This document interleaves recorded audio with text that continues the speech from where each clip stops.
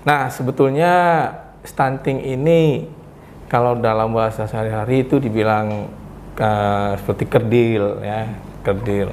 Tapi tidak semua juga orang yang kerdil itu dikatakan stunting. Itu tandanya biasanya tinggi badannya kurang. Nomor 4 tahun 2019 tentang pembentangan eksklusif. Iya.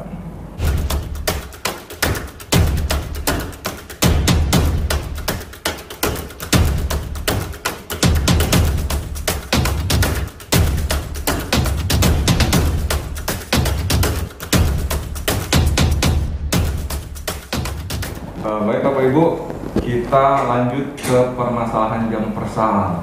Ini juga penting karena kami di lapangan sering menemui masalah jaminan persalinan ini yang masyarakat tidak paham, belum mengerti apa itu jam persal, dan kadang-kadang sifatnya itu mau diurusnya itu mendadak. Jadi padahal persalinan itu 9 bulan tuh. Jadi harusnya Bapak Ibu tuh udah siap-siap kira-kira apa yang harus disiapkan selama persalinan ini, kira-kira bagaimana. Tapi sering-seringnya datang ke kami itu udah mau persalinan baru menanyakan apa itu jam persal. Jadi banyak tidak tahu, banyak yang tidak paham. Dia masih bersama dengan Dr. Gigi Horas dan Ibu Nelly. Kita coba menggali lagi apa itu jam persal, dan semoga Bapak Ibu bisa lebih tahu dan bisa lebih bersiap-siap untuk menghadapi persalinan, karena persalinan itu bukan hal yang biasa, itu adalah hal yang penting, bagian dari hidup kita. Baik, langsung kita ke Pak Horas. Pak Horas, mohon informasinya. Iya, Pak Wawan. Jam persal itu apa ya Pak Horas? Ya, terima kasih Pak Wawan. Nah, sesuai dengan namanya ya, jam persal ya. Jam persal itu kan jaminan persalinan ya. Jadi artinya mekanisme pembiayaan. Jadi mekanisme pembiayaan yang dibantu oleh pemerintah ya untuk proses kelahiran ya, proses kelahiran yang ditujukan kepada ibu hamil ya, kemudian bayi baru lahir ya, yang kata kuncinya itu tidak mampu, yang tidak mampu dan tidak memiliki jaminan kesehatan nasional atau tidak memiliki BPJS ya, tidak memiliki JKN ya, kata kuncinya di tidak mampu. Nah, itu kira-kira pengertian dari jam persal. Nah, cuma ada sedikit perbedaan ini Pak Wawan. Kalau tahun-tahun sebelumnya dana jam persal itu ya ada di istilahnya di AK non fisik yang ada di dinas kesehatan ya tahun sebelumnya. Jadi istilahnya kalau memang misalnya ibu hamil yang ingin bersalin ini misalnya dia tidak mampu dan tidak memiliki jaminan kesehatan, nah bisa datang ke dinas kesehatan ya dengan melalui puskesmas terlebih dahulu. Nanti kita akan keluarkan jaminan setelah kita verifikasi, maka bisa akan dibantu biaya persalinannya. Tapi kalau di tahun 2022 ini mekanismenya sudah berbeda Pak Wawan. Nah, jadi di tahun 2022 ini dia sudah mulai terintegrasi dengan BPJS. Nah, jadi artinya anggarannya ini sudah nggak ada di dinas kesehatan lagi, tapi anggarannya sudah di pusat, di Kementerian Kesehatan. Nah, jadi makanya di tahun 2022 ini mekanismenya ibu-ibu hamil yang akan bersalin yang tidak mampu ya itu akan dilakukan pendataan dan dimasukkan ke dalam EcoHot. Nanti mungkin Ibu Nelly akan menjelaskan lebih rinci ya, lebih detail. Nah, yang masuk di dalam EcoHot itulah nanti yang akan bisa dibantu biaya persalinannya. Nah, jadi kalau tidak terdata di EcoHot nggak bisa dibantu ya Bu Nelly ya. Nah, nanti diverifikasi oleh BPJS, kemudian kalau BPJS sudah memverifikasi nanti diusulkan ke Kemenkes. Nanti Kemenkes akan mencairkan ke fasilitas kesehatan yang melakukan pelayanan terhadap ibu bersalin tersebut. Atau mungkin ada tambahan ya Bu Nelly? Iya. Betul, seperti kata Pak Oras, tahun ini agak berbeda mekanismenya. Jadi tahun ini mungkin nanti bidan-bidan kami yang di Polindes atau Puskesmas akan menanyakan program P4K kita, yaitu pencegahan, penanganan, persalinan. Jadi ditanyain jaminannya apa Ibu? Ya. Misal kalau misalnya nggak ada jaminan, nanti akan kami anjurkan mendata ibu hamil. Jadi nanti akan kami masukkan datanya ke aplikasi Eko tersebut. Jadi masuk aplikasi Eko tersebut juga itu syaratnya sih cuma KK, KTP, SKTM untuk pengurusan jam persal yang dikeluarkan oleh kelurahan atau desa setempat. Itu mungkin. Jadi nanti bidan-bidan kami lah yang akan memasukkan aplikasi tersebut dan mendaftarkannya. Jadi ibu sekarang ini nggak ribet lagi. Kalau dulu kan harus ke dinas lagi, sekarang nggak. Berarti udah langsung otomatis terdata. Itu aja Pak Wawan. Kalau untuk KTP-nya boleh KTP luar? Bisa. Bisa. Jadi gini Pak Wawan, kalau KTP yang penting gini, dia berdomisili di Indonesia, bisa menunjukkan kartu penduduk, NIK-nya.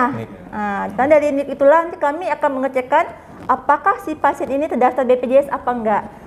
Misalnya terdaftar, walaupun terdaftar saya tertunggak, itu nggak bisa pakai jam persal Pak.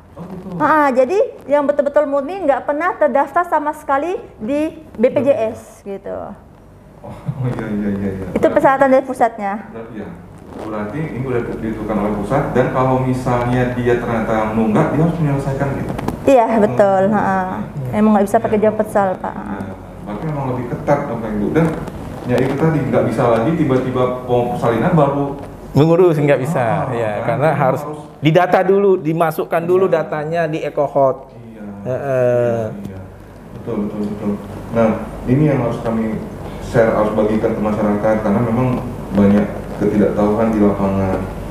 Nah kemudian kalau untuk manfaatnya jam persal ini tadi tujuannya berarti untuk menanggung persalinan itu. Iya Pak. Tujuannya itu adalah untuk menurunkan angka kematian ibu dan bayi baru lahir dengan meningkatkan akses pelayanan kesehatan ke vaskes terdekat. Kenapa? Karena kita di Bintan ini tahun ini kita kematian agak meningkat.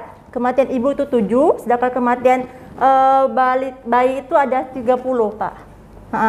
Sedangkan tahun 2020 kita kematian ibu cuma 5. Jadi 5 ketambah 7 kan, karena ada kenaikan signifikan juga Pak.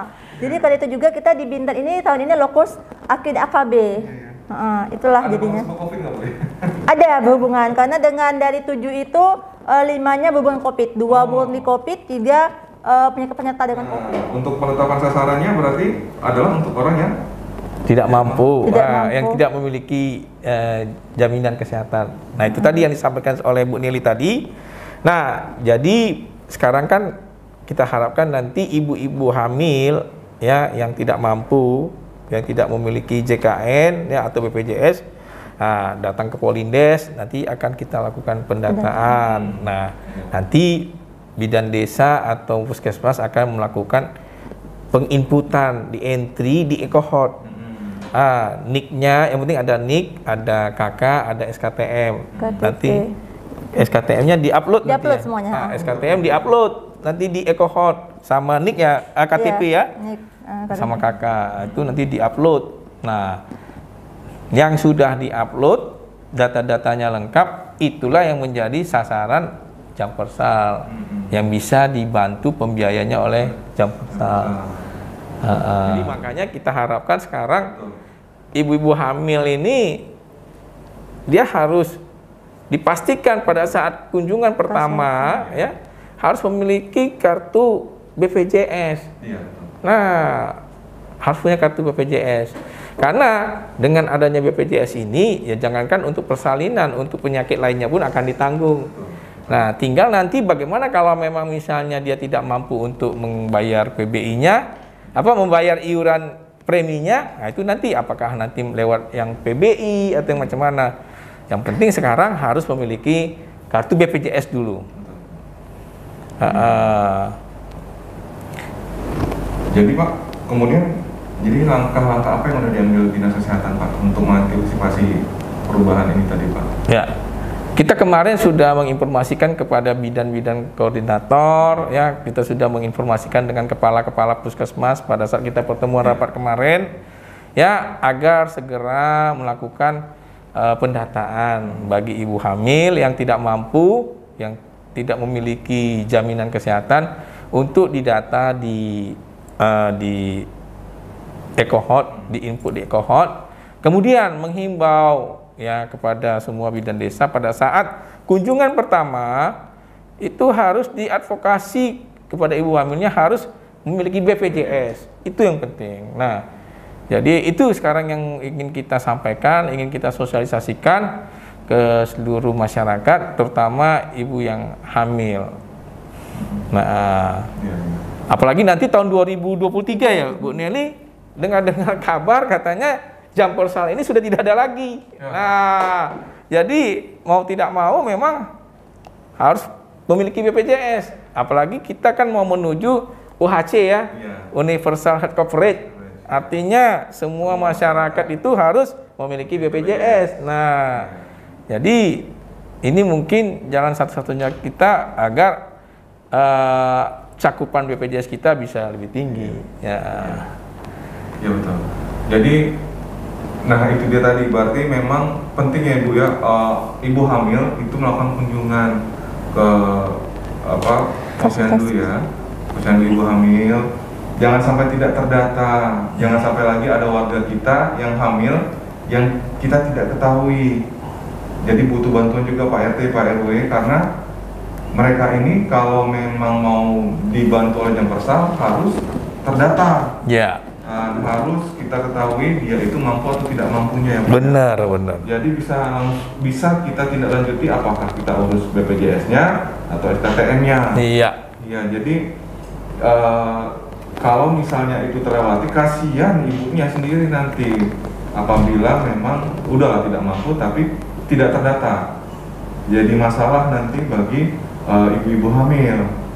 Jadi mungkin mohon bantuannya, nanti kami juga akan coba lagi, mudah-mudahan informasi ini bisa kami teruskan karena ternyata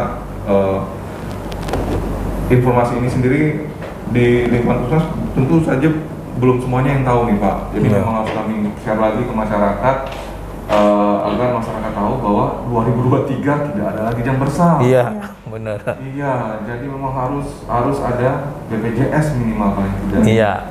Jadi ya seperti yang disampaikan Pak Horas, kita sedang menuju apa tadi Pak? Universal Health Coverage.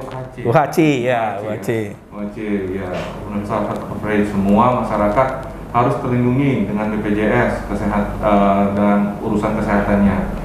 Bahkan sekarang pun kita dalam urusan yang bukan kesehatan pun ditanya BPJS-nya Pak. Benar ya. Ya benar. Sekarang ini katanya mau ngurusin BPJS, mau bertanya BPJS. Nampak sekali pemerintah itu mau fokus ke sana ya. Jadi bahwa kita semuanya harus terlindungi. Dan untuk masyarakat yang belum memiliki BPJS mungkin sudah mulai bertanya-tanya, paling tidak cari informasi atau konsultasi mengenai BPJS ini sendiri, bagaimana dan seperti apa. Mungkin itu ada tambahan Bu Nelly mungkin? Mungkin sedikit Pak, kalau untuk jam persal ini pelayanan kita dari ibu hamil itu bisa, misalnya ibu hamil seperti mual muntah, kayak pendarahan, itu abortus itu bisa. Oh ya. Yang penting bukan hanya persalinan aja. Enggak, yang penting selama kehamilan tuh masalah kebidanan lah, ibu kebidanan itu bisa ditanggung di jam persal. Terus nifas, misalnya nifasnya tanggung sampai umur 40 hari. Jadi nifas misalnya udah pulang nih SC di rumah sakit, tiba-tiba pendarahan atau misalnya demam atau apa, bisa kita pakai jam persal. Terus juga pelayanan KB pasca salin juga bisa pakai jam persal, kayak misalnya tubektomi bisa sekaligus nih SC langsung tubektomi.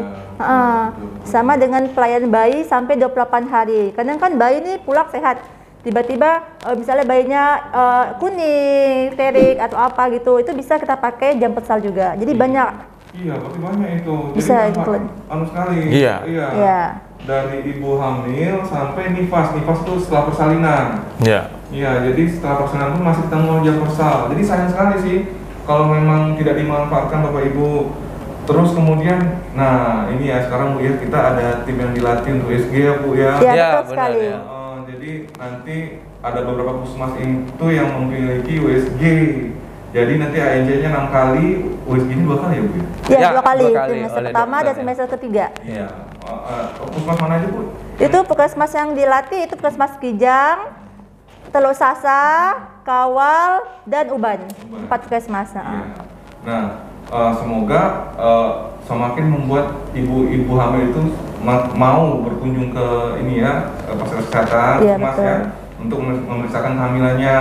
Karena sudah ada USG lagi, sudah semakin maju. Puskesmas yang di Bintan ini semakin meningkat pelayanannya, terutama yang paling dekat sama masyarakat itu Pak RT, Pak RW yang mengetahui ibu hamil di lingkungannya dan kader. Iya, kader posyandu betul Pak. Jadi saya mengimbau kader posyandu jika misalnya ada ibu hamil baru nih, mohon infokan ke bidan desanya setempat bahwa di sana ada ibu-ibu hamil. Kadang bidan kami ini mungkin karena banyak kerja, kadang nggak tahu. Jadi saya mohon kader-kader posyandu nih lah ujung tombak kami untuk membantu.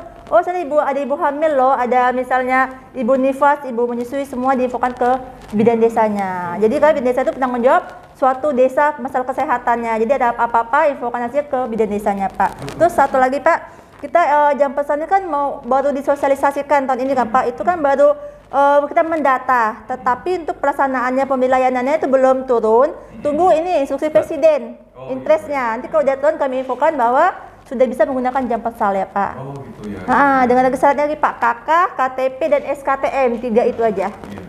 Baik. Nah, jadi itu tadi memang kader juga punya peran yang penting. Pengalaman saya juga di lapangan itu ada kemarin kematian bayi satu itu kita nggak tahu Pak, ternyata pendatang Pak. Nah, pendatang. Baru datang dan kita nggak tahu beliau tuh di situ. Jadi ya namanya pendatang mungkin berobat juga masih gimana dan suaminya memang baru nyari kerja, jadi susah. Jadi memang butuh bantuan Pak RT, Pak RW ya, karena hal seperti ini di luar kadang-kadang di luar pengawasan kita. Ya. Nah itu juga Pak Wawan, mungkin saya menambah sedikit karena tadi Pak Wawan sudah menyinggung tentang pendatang. Nah kita juga minta kepada warga pendatang ya, itu tadi harus segera melapor lah, segera melapor mungkin ke Pak RT-nya, Pak RW-nya ya. Kemudian yang kedua harus mengurus administrasi kependudukannya, identitasnya ya. Karena kalau misalnya seperti ini nanti jam persal misalnya kan butuh NIK, sementara beliau tidak memiliki dari daerah asal, nggak memiliki KK misalnya atau KTP ya. Nah tidak punya NIK. Nah itu kan nanti kalau misalnya nggak bisa dibantu. Nah, makanya kalau misalnya pendatang yang tidak ada identitasnya tuh harus segera diurus gitu supaya bisa mendapat fasilitas jam persal ini. Minimal itu tadi lah ada NIK ya, kemudian memiliki KK, melapor RT setempat bisa. Iya, melapor ke RT setempat. Mungkin itu Pak Wawan. Nah. Ya, itu juga Bapak Ibu. KTP, KK itu penting sekali terutama di saat darurat. Beberapa pengalaman sudah membuktikan bahwa orang-orang yang warga kita yang tidak memiliki data lengkap itu sulitan kita yang membantu pun susah gitu. Iya benar. Kita bukan tidak membantu, kita mau bantu tapi kita kebentuk dengan aturan-aturan.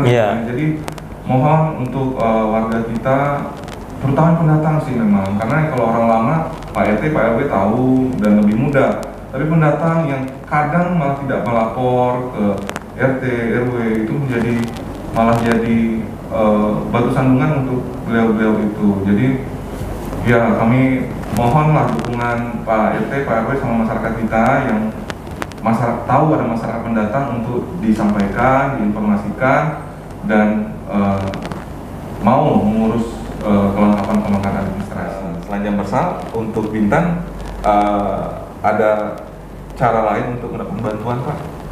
Oh ya, jadi gini, ini sebenarnya bidang Yankes yang mungkin yang jelasin ya Pak Wawan ya, tapi tak apalah, saya mungkin bisa menyampaikan sedikit informasi. Kan kita ada program pengobatan gratis itu Pak untuk masyarakat Bintan yang memiliki KK dan KTP Bintan ya.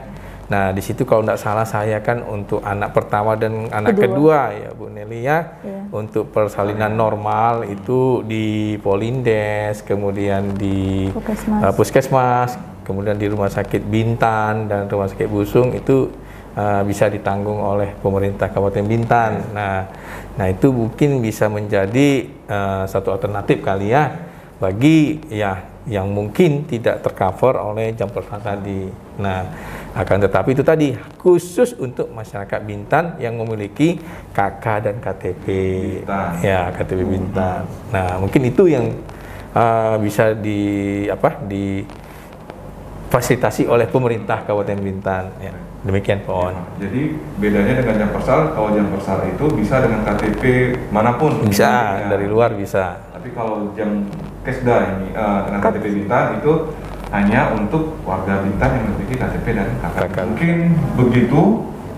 Ada penutup Bapak atau Ibu Nelly? Pak Horas? Ya, mungkin closing statement dari saya ya kepada seluruh masyarakat di Kabupaten Bintan ya, terutama untuk ibu-ibu hamil ya, segeralah urus BPJS-nya ya. Kemudian kalau memang misalnya tahun ini bagi yang tidak mampu, segeralah hubungi bidan desa terdekat ya, agar dilakukan pendataan untuk mendapatkan fasilitas jam persal di tahun 2022 ini. Itu saja mungkin Pak Wawan. Benarnya ada? Mungkin ini mungkin untuk ibu-ibu hamil yang di luar yang tidak pernah kontak ke Puskesmas, saya mohon ada kontak sekali aja ke Puskesmas, karena di situ kita tahu bahwa ada ibu hamil, karena di Puskesmas juga ada pemeriksaan labor gitu. Karena beberapa kejadian kita kematian di Bintan itu dia nggak ada kontak ke Puskesmas, tahunya sudah meninggal. Ternyata ibu ini riwayatnya bisa anemia, terus riwayat misal anemia, riwayat labornya misalnya ada penyakit IMS apa semuanya nggak tahu. Jadi saya mohon ada sekali saja kontak ke Puskesmas minimal gitu. Itu aja mungkin dari saya. Baik, terima kasih Pak Horas dan Bu Nelly atas waktunya. Banyak sekali informasi yang kami dapatkan. Semoga ini dapat menjadi informasi yang sangat bermanfaat bagi masyarakat kita, terutama Teluk Sasa dan Bintan pada umumnya. Dan semoga Bapak Ibu tidak kapok bila nanti ada permasalahan lain yang mungkin kami butuh bantuan, karena beberapa informasi memang tidak ada di Puskesmas Bapak Ibu. Ya. Jadi memang kami berharap sekali informasi seperti ini yang bisa didapatkan dari Dinas Kesehatan. Siap, kami siap memberikan informasi kepada masyarakat, kepada Puskesmas.